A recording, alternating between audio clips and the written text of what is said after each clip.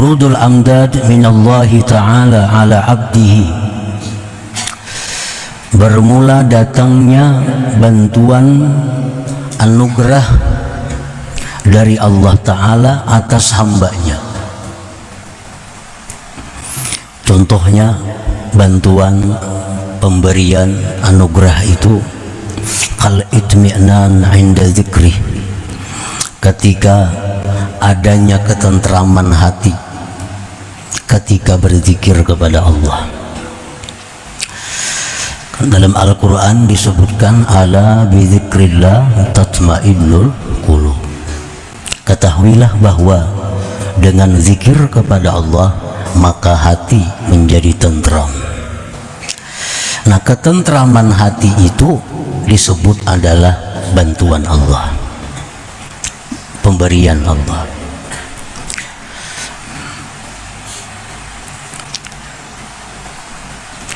Wa musyahadati fi'lihi 'inda ru'yati syai'in min khalqih. Contohnya lagi seperti menyaksikan hatinya perbuatan Allah ketika melihat sesuatu daripada makhluknya. Kalau kita melihat sesuatu daripada makhluk, lalu hati kita ingat bahwa itu ciptaan Allah, nah ingatnya hati bahwa itu ciptaan Allah adalah pemberian Allah kepada kita. Pemberian Allah kepada kita.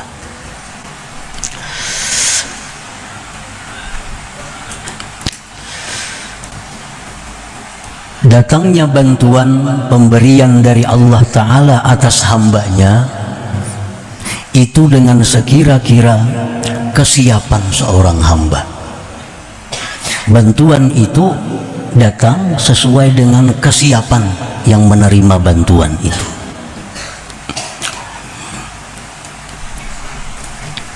Bagaimana kesiapan menerima bantuan itu? Bitakhliyati qalbihi wa tathhirihi anis sifatil mazmumah wa tahliyatihi bis sifatil mahmudah. Dengan membersihkan hati dari sifat-sifat yang tercela dan menghiasi hati dengan sifat terpuji. Nah, itu kesiapan hati. Apabila hati kita bersih dari sifat yang tercela, hati kita berisi, berpakaian, berhias dengan sifat mulia, maka bantuan Allah tadi akan datang kepada kita karena keadaan kita siap menerima bantuan Allah tadi. Walidzalika qila, oleh karena itu dikatakan khalli qalbak anil awsafiz zamimah wa hallih bis sifatil hamidah namla'hu bil ma'rifati wal musyahadah. Bersihkanlah hatimu dari akhlak yang tercela, lalu hiasi hati dengan akhlak terpuji, niscaya kami penuhi hati kamu dengan ma'rifah dan musyahadah itu. Nah, para muhibbin rahimakumullah, fakam min zakirin la yatma'in. Berapa banyak orang yang berzikir kepada Allah tapi tidak menerima, tidak merasakan ketenangan. Banyak orang yang berzikir tetapi zikirnya itu tidak mendatangkan ketentraman hati. Padahal Al-Quran menyatakan bahwa zikir itu menenteramkan hati. Tapi kenapa kita berzikir hati kada tentram? Nah, fakam min zakirin la yatma'in. Berapa banyak orang yang berzikir tapi kada bisa tentram. Mestinya sesulit apapun yang kita hadapi, kalau sudah hati kita berzikir, tentram. Semarah apapun kita terhadap seseorang, kalau sudah kita berzikir, mestinya tentram. Nah, kenapa kada tentram? Zikir sudah ribuan sehari, tapi kadang membawa ketentraman. Bantuan Allah itu tidak datang, madad ilahi tidak datang. Wa kam min zakirin la yusyahid. Berapa banyak orang yang berzikir tapi tidak bisa musyahadah. Ini sudah hari-hari berzikir la ilaha illallah, dalam hatinya tiada yang berbuat kecuali Allah, la ilaha illallah, tidak ada yang berbuat kecuali Allah. Tapi pada kenyataannya melihat kejadian-kejadian lupa kepada Allah, melihat sesuatu lupa kepada Allah. Tapi bila waktu berzikir la ilaha illallah, tiada yang berbuat kecuali Allah, tidak ada ciptaan kecuali ciptaan Allah. Nah, sudah melihat kenyataannya lupa kepada Allah. Fala illata lidzalik, maka tidak ada sebab yang demikian illa li'adami safai qalbi, karena tiada bersihnya hati minal awsafiz zamimah, daripada sifat yang tercela, wa adam ittisafi qalbihi, dan karena tiada bersifat hatinya bisifatil hamidah, dengan sifat-sifat yang terpuji. Itu sebabnya. Sekalinya itu sebabnya kenapa zikir itu kadang membawa ketentraman. Ternyata hati orang yang berzikir itu masih dipenuhi dengan sifat yang tercela. Nah, kenapa zikir yang dibaca sehari ribuan kali, tapi begitu keluar rumah sudah lupa kepada Allah? Ternyata hati orang berzikir itu masih dipenuhi dengan sifat-sifat yang tercela. Nah, sebagaimana halnya ketentraman waktu berzikir, bisa musyahadah waktu melihat sesuatu, khusyuk dalam salat itu termasuk madat ilahi. Khusyuk dalam sembahyang, bisa khusyuk, nah itu madat ilahi. Bagaimanapun kita belajar tentang pelajaran khusyuk dalam sembahyang, pelajari cara-cara khusyuk dalam sembahyang, tapi sembahyang enggak ada khusyuk. Padahal kalau memandirnya sudah ahli banget, memandirnya sudah ahli luar biasa, cara khusyuk sembahyang ke ini, ke itu. Sembahyangnya ada khusyuk, karena khusyuk ini adalah madadun ilahi, ini pemberian Allah yang Allah berikan kepada orang yang siap untuk itu, yaitu orang yang hatinya bersih dari sifat yang tercela. Para muhibbin rahimakumullah, seapa kita dapat khusyuk dalam sembahyang, nah seitulah kemampuan hati kita untuk menerima pemberian Allah itu. Masing-masing orang ini kada sama khusyuknya. Ada yang khusyuk sembahyang itu mungkin 1/10 dari 4 rakaat, ada yang khusyuknya cuma sekian persen, ada yang khusyuknya cuma 1%. Nah, ini khusyuk ini pemberian Allah berikan kepada orang yang siap menerimanya itu. Siapa yang siap itu? Orang-orang yang hatinya bersih daripada sifat-sifat yang tercela itu. Nah, para muhibbin rahimakumullah, wasifatul mazmumah al-mani'atu liwurudil amra au amdad, bermula sifat-sifat yang tercela yang mencegah datangnya bantuan Allah tadi. Kal kibri, seperti sifat sombong. Nah, sifat sombong, bagaimana sombong itu? Seperti merasa bahwa dirinya itu lebih takwa dari orang lain, dirinya itu lebih mulia dari orang lain, dirinya itu lebih bersih dari orang lain. Nah, bila ada hati kita perasaan seperti itu, maka itu namanya kibir. Dan ini mencegah datangnya bantuan Allah tadi kepada hati kita. Jadi jangan sekali-kali kita merasa bahwa diri kita ini lebih baik, lebih mulia dari siapapun, walaupun dari orang kafir. Walaupun dari orang kafir, jangan merasa bahwa diri kita ini lebih baik, lebih mulia di sisi Allah. Kenapa sebabnya? Karena akhir kita hanya Allah yang tahu. Akhir si kafir tadi Allah yang tahu. Barangkali kita hendak mati, kita jadi kafir, inya jadi Islam, kan ada tahu lagi. Nah, jadi apabila kita merasa bahwa diri kita lebih baik, lebih mulia dari orang kafir, berarti kita sudah ada sifat sombong dalam hati kita. Apalagi terhadap orang muslim lainnya. Ada orang suka berjudi, wah kita anggap diri kita lebih baik dari mereka. Ada orang yang suka berzina, sudah kita anggap itu orang kotor, diri kita lebih mulia daripadanya.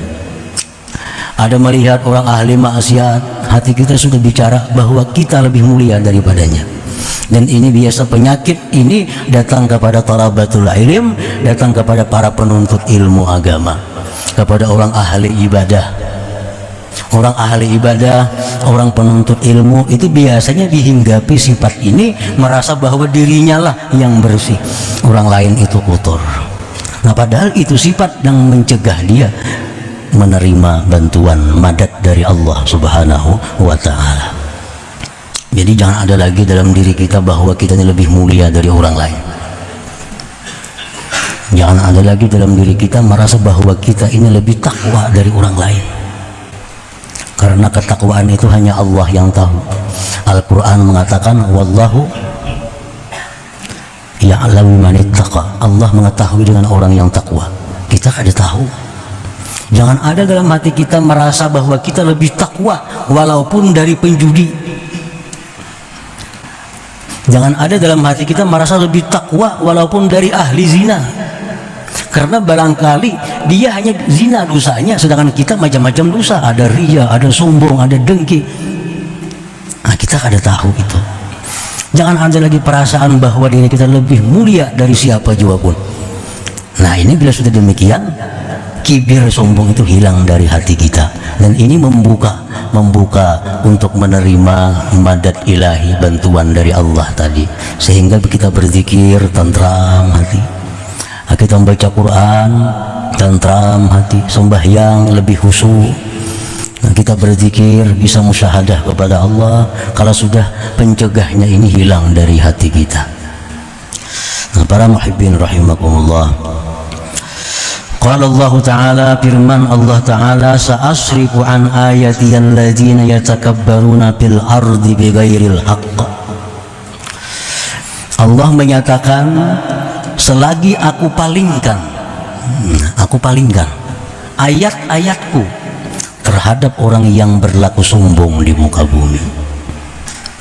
Jadi artinya orang yang dalam hatinya itu ada kesombongan, itu dipalingkan Allah daripada bantuan Allah Subhanahu wa ta'ala, berupa khusyuk, berupa nikmatnya ibadah, berupa musyahadah. Nah, itu dipalingkan oleh Allah terhadap orang-orang yang sombong tadi.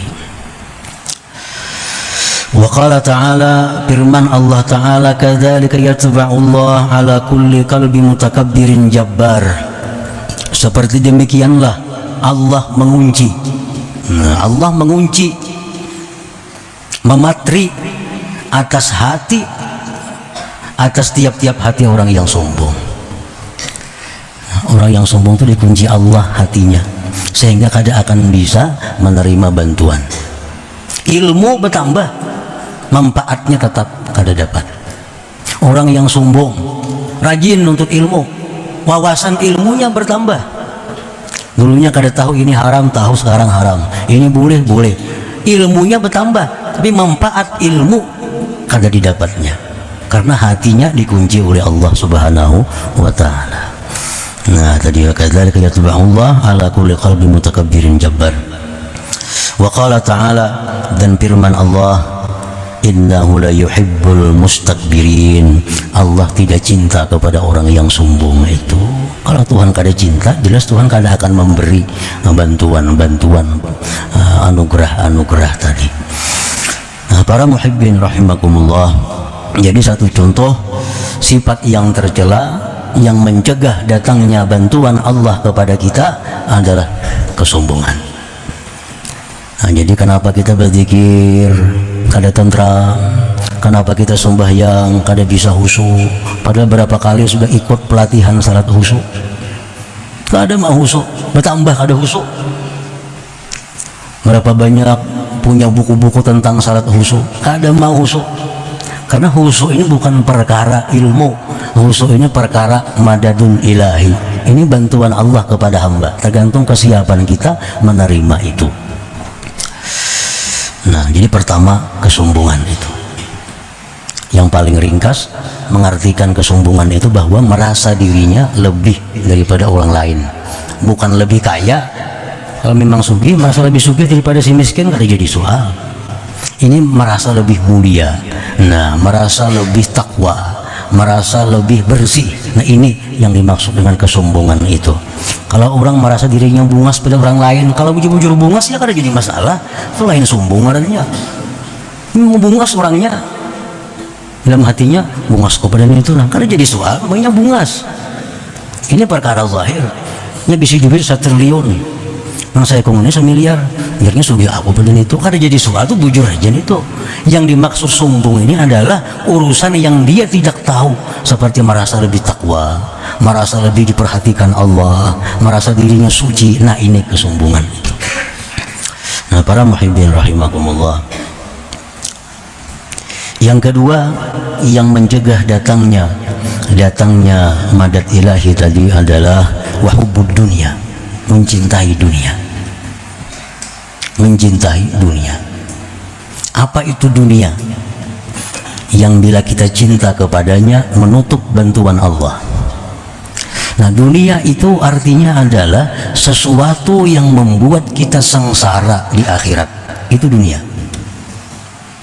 Nah, sesuatu yang membuat kita sengsara di akhirat, itulah dunia. Apabila kita mencintai sesuatu yang membuat kita sengsara di akhirat, apapun sesuatu itu, nah maka itu mencegah datangnya madad ilahi tadi. Seperti mencintai kemaksiatan, mencintai barang-barang yang membawa kepada kemaksiatan, ini dunia. Kalau mencintai sesuatu yang mendatangkan kebahagiaan di akhirat, itu bukan dunia. Aku cinta dengan duit. Kenapa cinta duit? Karena duit ini aku bisa bersedekah, duit ini aku bisa berwakaf, duit ini aku bisa memberikan ini untuk kebaikan, untuk jalan Allah subhanahu wa ta'ala. Maka duit seperti itu bukan dunia, karena membawa kebahagiaan di akhirat. Nah, jadi apabila ada dalam hati kita mencintai sesuatu yang membuat susah di akhirat, nah maka itu dunia.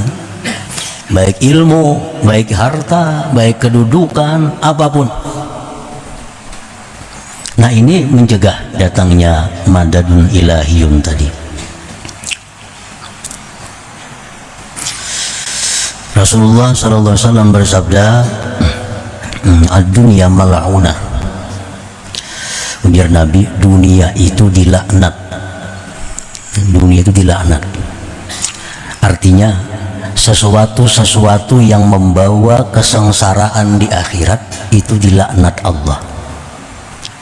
Sesuatu yang membawa kepada kesusahan di akhirat itu dilaknat Allah. Bila kita mencintai sesuatu yang dilaknat oleh Allah, nah logikanya kan jelas. Kita mencintai sesuatu yang dilaknat oleh Allah, jelas Allah akan marah kepada kita. Kalau Allah marah, tentu bantuan akan berhenti. Yang dulunya khusyuk bisa hilang khusyuknya. Yang dulu ada kenikmatan dalam baca Quran bisa hilang kenikmatannya. Yang dulunya senang, lezat waktu sujud, sekarang bisa hilang lezatnya. Karena kita mencintai sesuatu yang dilaknat oleh Allah subhanahu wa ta'ala.